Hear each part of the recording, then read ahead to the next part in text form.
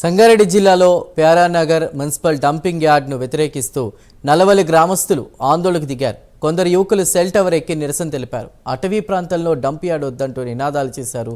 ప్యారానగర్ పరిసరాల్లో dumping yard వద్దంటూ అఖిలపక్ష నేతలు గుమ్మడిదల్ బంద్కు పిలుపునిచ్చారు.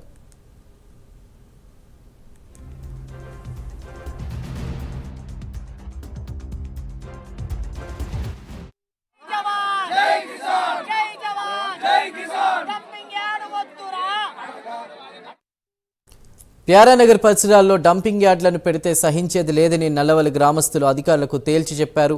ఈ వ్యవహారంపై 2 రోజులుగా వివిధ పార్టీల నాయకులు, కార్యకర్తలు, గ్రామస్తులు పెద్ద ఎత్తున ఆందోళనలు, నిరసన కార్యక్రమాలు కొనసాగిస్తున్నారు.